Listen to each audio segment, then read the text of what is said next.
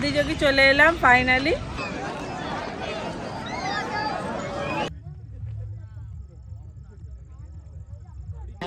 Hello friend, আগের ব্লগে আপনারা দেখেছেন পুরো উটি ট্যুর, কোথায় কোথায় উটির ঘুরলাম, কত খরচা আর কিভাবে গেলাম আর কোথায় বা ছিলাম। যদি ভিডিওটা না দেখে থাকেন অবশ্যই দেখে নিতে পারেন।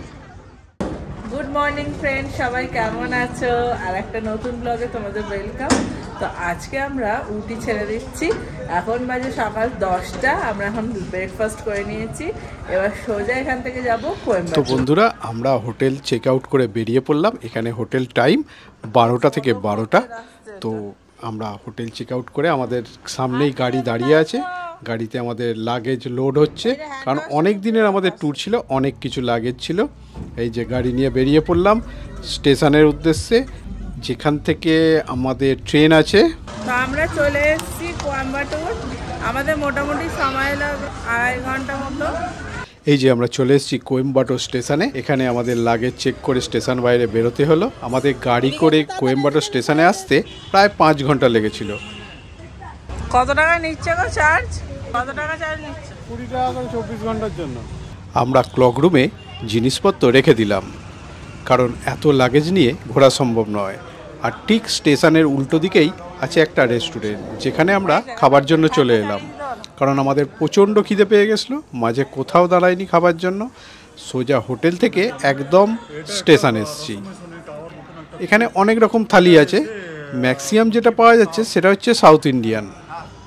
আর এখানে টোটালটাই ভেজ, নন ভেজ কিছু খাবার নেই। তো আমরা ফার্স্টে ভাবলাম যে কি খাবো। তো তারপরে তাতানের জন্য তো ভাত ডাল সবজি নিলামই, আমাদের জন্য নিলাম মাশরুম বিরিয়ানি। এই যে মাশরুম বিরিয়ানি নেওয়া হলো, এই মাশরুম বিরিয়ানি আর পনির 65, আর তার সাথে স্যালাড, আর নেওয়া হয়েছে রায়তা। তো খুবই ভালো। আর তাতানের জন্য এই যে ডাল নেওয়া হয়েছে, তাতান খাবে বলে।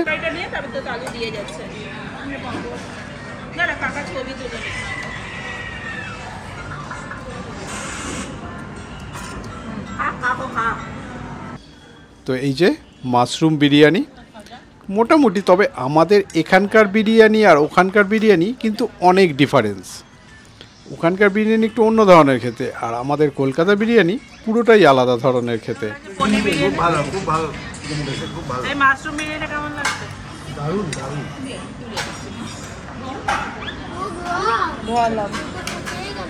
আর পনির 65টাও ভালোই লাগছিল, তবে আমাদের ওখানকার টেস্ট আর এখানের টেস্ট একটু তফাৎ আছে। আর বিরিয়ানির পরিমাণটাও যথেষ্ট ছিল, একজনকার জন্য যথেষ্টই।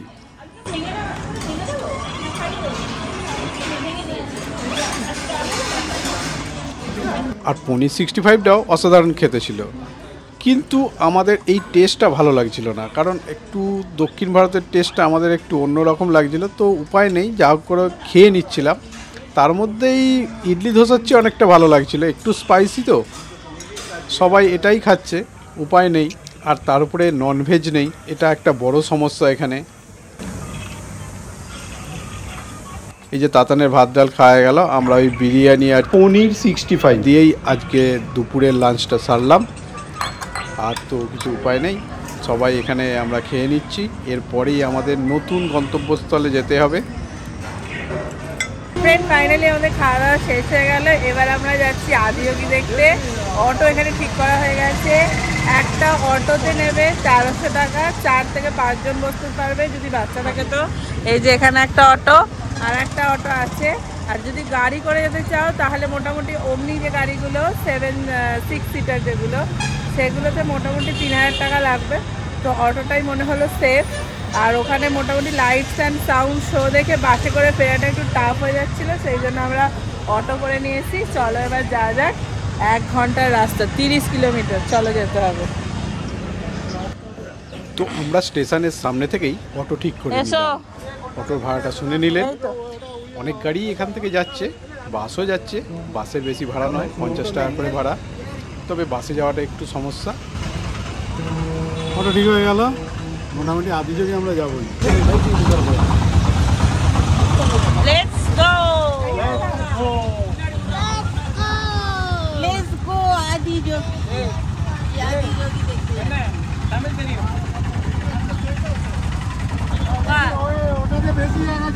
এই তাহলে ওটা তো আমরা অটোতে উঠে পড়লাম। এই যে অটোতে যাচ্ছি, অটোর সিটগুলো একটু অন্য ধরনের, এদিকেও বসার সিট আছে, ওদিকেও ছোট্ট করে বসার সিট আছে। তো যাই হোক, একটা অটোতে 4 জন করে আমরা বসে পড়লাম, আর ছেলেটাকে নিয়ে নিয়েছি, আর একটা অটোতেও বসেছে। তো ভালোই লাগছে অটোতে যেতে। আমরা এখন আদিযোগী যাচ্ছি, খুব আনন্দ হচ্ছে।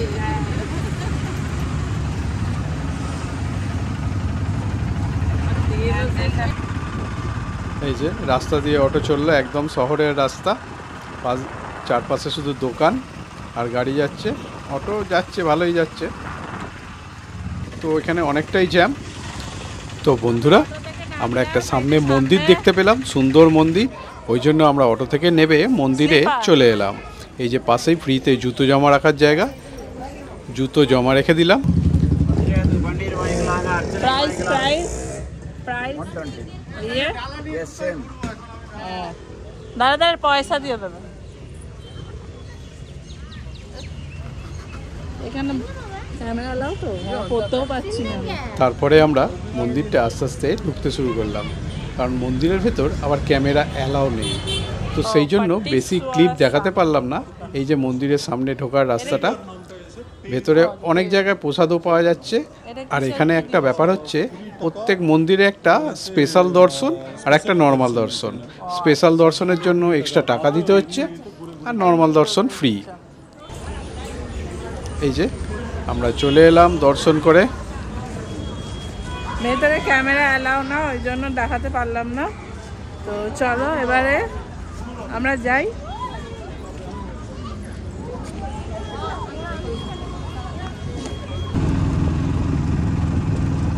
আমরা আবার উঠে পড়লাম অটোতে আমাদের আদিযোগী দেখতে যাওয়ার জন্য।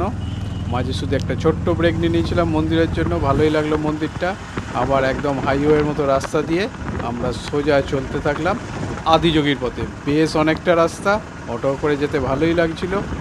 পাশে সুন্দর গাছ বাগান, অনেক কিছু দেখতে দেখতেই যাচ্ছিলাম, খারাপ লাগছিল না।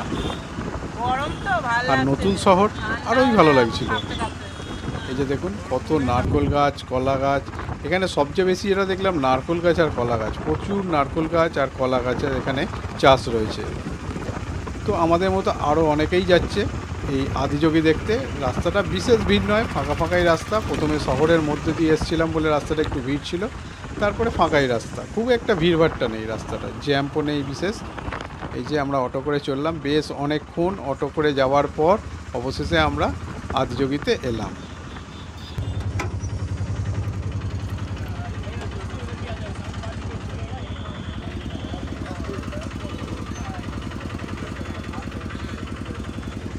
এই যে দূরে আদিযোগী দেখা যাচ্ছে, এখনো দেখা যায়নি অবশ্য, গেটটা দেখা যাচ্ছে আদিযোগীর। ওই যে দূরে দেখুন আদিযোগী ঢোকার গেট, আর এই যে আদিযোগীর ছবি রয়েছে। তো ফাইনালি ফ্রেন্ড আমরা চলে এসেছি ঈশা ফাউন্ডেশন পেছনে আদিযোগী দেখতে। তো মোটামুটি আমাদের 1 ঘন্টা সময় লেগেছে। এখানে আমাদের নামিয়ে দিয়ে চলে গেল। এটা হচ্ছে বাস পার্কিং। এবার সবাই আসছে, চলো এবার যাওয়া যাক ভেতরে। এই যে আদিযোগীর পাশের জায়গাটা পাহাড় দিয়ে ঘেরা, সুন্দর গেট, একটা অন্য জায়গায় চলে এসেছি মনে হচ্ছে, বেশ দারুণ লাগছে। ভেতরেও গাড়ি নিয়ে ঢোকা যায়, তবে অবশ্য নিজেদের গাড়ি থাকলে সেটা বেশি সুবিধে। নিজেদের গাড়ি নিয়ে ভেতরে ঢুকে যাওয়া যায়, পার্কিং আছে। আর পাশে একটা মন্দির রয়েছে। তো এখানে একটা রাক্ষসের মতো কি রয়েছে, মন্দির কি বুঝতেও পারলাম না। আর আদিযোগীর গেট থেকে আদিযোগীর রাস্তাটা বেশ অনেকটা, প্রায় 2 থেকে 3 কিলোমিটার রাস্তা হেঁটে ঢুকতে হবে। পাহাড় দিয়ে ঘেরা আদিযোগী। আদিযোগী চলে এলাম ফাইনালি। অসাধারণ জায়গা, মানে না আসলে টোটালি মিস। যদি কোয়েম্বাটুর আসো অবশ্যই আদিযোগীটা দেখে যাবে। এখন আমরা যাব লাইট অ্যান্ড সাউন্ড শো দেখতে, চলো। এই যে আদিযোগীর পাশের জায়গাটা দেখুন, দূরে আদিযোগী দেখা যাচ্ছে, বিরাট বড় মূর্তি, আর চারদিক দিয়ে পাহাড় দিয়ে ঘেরা, অসাধারণ সুন্দর লাগছে জায়গাটা, যথেষ্ট সাজানো গোছানো। আর প্রচুর মিলিটারি, প্রচুর পুলিশ, অনেক সিকিউরিটির ব্যবস্থা রয়েছে। আর পাশে বিরাট পার্কিং, কয়েকশো গাড়ির পার্কিং করা যাবে। তো রাস্তাটা কিন্তু অনেকটা হেঁটে যেতে হচ্ছে। দূরে আদিযোগী দেখে আমরা হাঁটতে শুরু করেছি, এসে দেখলাম প্রচুর ভিড় এখানে। আমরা রাস্তাটা হয়তো ফাঁকা ফাঁকা আসছিলাম, কিন্তু এসে ভিড় দেখে অবাক হয়ে গেলাম।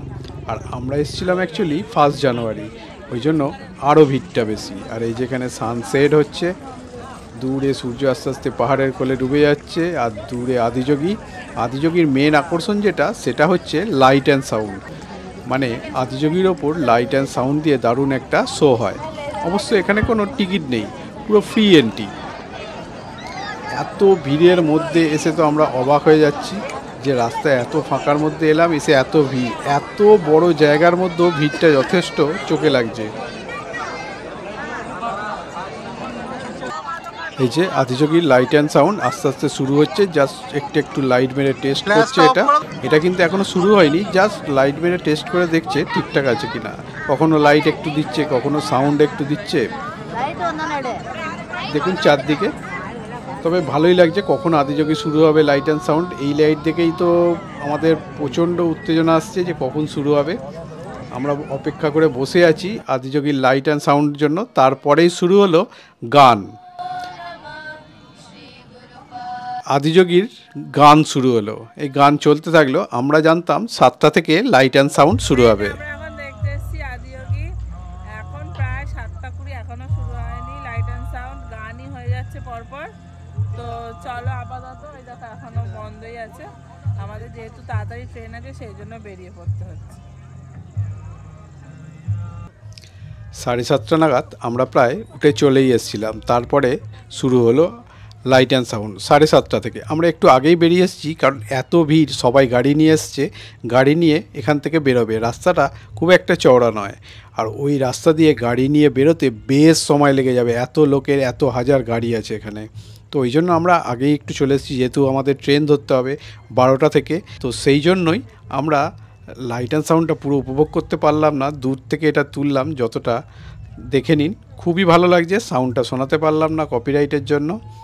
তো লাইটিংটাও যথেষ্ট ভালো, সাউন্ডটাও যথেষ্ট ভালো হচ্ছে। আমরা দূর থেকে একটু ছোট্ট ক্লিপ দেখালাম আপনাদের, কারণ এর বেশি আমাদের দেখানো সম্ভব নয়। এতটা জ্যাম্পের মধ্য দিয়ে আমাদের বেরিয়ে গাড়িতে উঠে যেতে হবে।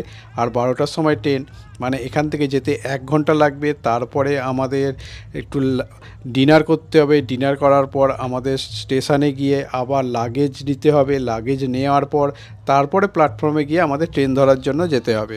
ছিল সামনে থেকে চেয়ে দূরেই বেশি ভালো লাগছে, সামনে অনেক বড় লাগছিল। তো আমরা দেখলাম দূর থেকেই বেশি ভালো লাগছে। তো লাইট অ্যান্ড সাউন্ডটা দেখুন, দারুণ কাজ, লাইটের দারুণ কাজ। আপনি যতক্ষণ না দেখছেন বিশ্বাসই করতে পারবেন না। যেমন আদিযোগীর পাশের সিনারি, সকালবেলা যেমন সিনারিটা আপনার মন ভরিয়ে দেবে, তেমনি লাইট অ্যান্ড সাউন্ডেও আপনার একদম মন ভরিয়ে দেবে। অবশ্যই দক্ষিণ ভারত এলে আদিযোগীটা দেখতে ভুলবেন না। এখানে কোয়েম্বাটোর স্টেশনে অনেক থাকার জায়গা আছে, আদিযোগীর এখানেও থাকার জায়গা আছে। তো নানা রকম লাইট, নানা রকম সাউন্ড দিয়ে হচ্ছে। কখনো মহাদেব উঠছে, পুরো মহাদেবের জীবনীটা এই লাইট সাউন্ডের মধ্যে হচ্ছে। তো আমরা দূর থেকেই উপভোগ করছি, তবে পুরোটা উপভোগ করতে পারিনি। অনেকটাই ভালো লাগছিল। মিউজিকটা আপনাদের শোনাতে পারছি না, কিন্তু মিউজিকের সাথে যে আলোর কাজটা, সেটা দারুণ দারুণ। মানে আপনি যদি না চোখের সামনে থেকে দেখেন, সেটা বোঝানো অসম্ভব। পুরো একটা জীবনী, পুরো একটা গল্প এখানে শুরু হয়। অবশ্য বেশিক্ষণ হয় না, মাত্র 1 ঘন্টার মতো হয় আদিযোগীর এই লাইট অ্যান্ড সাউন্ডটা। 1 ঘন্টাও হয় না, 40 মিনিট মতো হয়।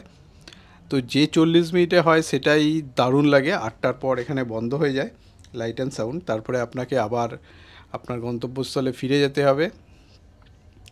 তো অবশ্যই আদিযোগীটা দেখতে আসবেন। এখানে আদিযোগীর প্রচুর ভিড় হয়, তবে ভিড় হলে অসুবিধা কিছু নেই, আপনি গাড়ি ভেতরে পার্কিং করতে পারবেন এবং আপনার রাস্তা চিনতে কোনো অসুবিধা হবে না।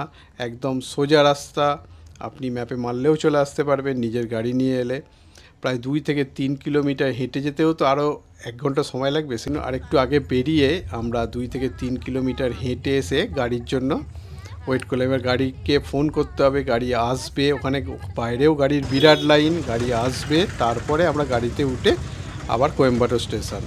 এই যে কোয়েম্বাটোর স্টেশনে চলে এসেছি আমরা। কোয়েম্বাটোর স্টেশনে এসে আমরা আবার যে হোটেলটায় লাঞ্চ করেছিলাম সেটাতেই ডিনার করতে যাচ্ছি, কারণ সামনে ওইটাই সবচেয়ে ভালো হোটেল লাগলো আমাদের। আমরা আদিযোগী দেখে চলে এলাম, এবার এটা কিছু খাওয়া দাওয়া করতে হবে। এই যে কোয়েম্বাটোর স্টেশন, এই কোয়েম্বাটোর স্টেশনের ঠিক উল্টো দিকে যেখানে আমরা লাঞ্চ করেছিলাম সেখানেই আমরা ডিনার করতে চলে এসেছি। ডিনার করব এখানে, মোটামুটি এখানে লাঞ্চের খাবারটা ভালোই ছিল বলে এখানে আমরা ডিনার করতে এসেছি। সারাদিনে বহুত হ্যাট্রিক জার্নি হয়ে গেল, এখানে একটা নাইট স্টে করলেই ভালো হতো, আমাদের একটু ভুলের জন্য হয়নি। এই যে আমরা স্টেশনে ওয়েট করছি ট্রেনের জন্য, এই যে প্ল্যাটফর্মের সামনেই ওয়েট করছি টিকিট কাউন্টারের ওখানে, কারণ কত প্ল্যাটফর্মে দেবে আমরা জানি না। এখন ট্রেন আসতে অনেক দেরি আছে, সবে বাজে 10:15। 10:15 এখন সেই 12টার সময় ট্রেন আসবে। বসে আছি, ঘুম পেয়ে গেছে সকাল থেকে, অনেক কিছু হয়ে প্রচুর টায়ার্ড হয়ে গেছি। কতক্ষণে ট্রেনে উঠবো সেটাই চিন্তা করছি। তো দেখো অনেক ভিড়, আর এখানে কোনোরকম কোয়েম্বাটোরে কোনোরকম ওয়েটিং রুম নেই, সেই জন্য একদম কোথায় শুয়ে আছি, দেখো বসে আছি আমরা এই যে মূর্তির পাশে। সারাদিন হ্যাট্রিক জার্নি করে আমরা প্রচণ্ড ক্লান্ত হয়ে গেছি, এই স্টেশনেই ঘুমিয়ে পড়ছিলাম প্রায়। ঘুম পেয়ে গেছে খুব জোর, দেখি কটার সময় ট্রেন আসে। চলো তাহলে। এখানে এখন সবাই দাঁড়িয়ে আছি তীর্থের কাকের মতো। তাতান ঘুমিয়ে পড়েছে, তাই তো মা? এখন বাজে ঘড়িতে 23:51, ট্রেন ঢুকছে। এই যে দূর থেকে কোয়েম্বাটোর স্টেশনে ট্রেন ঢুকছে, ট্রেনটা উটি থেকে আসছে, কন্যাকুমারী অবধি যাবে। আমরা ওয়েট করছি 12টার সময় ট্রেন। 1 মিনিট ট্রেনটা দাঁড়াবে, তার মধ্যে আমাদের লাগেজ নিয়ে সবাইকে উঠে পড়তে হবে। দূর থেকে ট্রেন আসছে, প্ল্যাটফর্ম খালি খালি, খুব একটা ভিড় নেই। লাগেজ পত্র নিয়ে দেখে পা ফেলে উঠো, তো চোখে ঘুম সবাইকার। সবাই প্রায় স্টেশনে বসেই ঘুমিয়ে পড়ছে, কারণ প্রচণ্ড হ্যাট্রিক জার্নি হয়ে গেছে। একটা নাইট এখানে আমাদের থাকা উচিত ছিল। এই যে দূর থেকে ট্রেনটা ঢুকছে আস্তে আস্তে, আমাদের উঠতে হবে। পরের দিন যাব কন্যাকুমারী। তার মানে আমরা শেষ, আমরা শেষ, আমাদের বগিটা শেষ। ট্রেন ঢুকছে সামনে।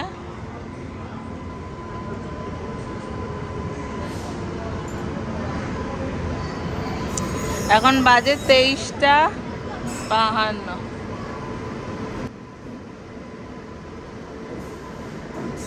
তাহলে ফ্রেন্ড, এরপরে আমরা দেখব কন্যাকুমারী। তো ভিডিওটা কেমন লাগলো অবশ্যই জানাবেন, যদি ভালো লাগে অবশ্যই লাইক শেয়ার সাবস্ক্রাইব করে দেবেন। আবার দেখাবে পরের ভিডিওয়। আজকের মতো টাটা।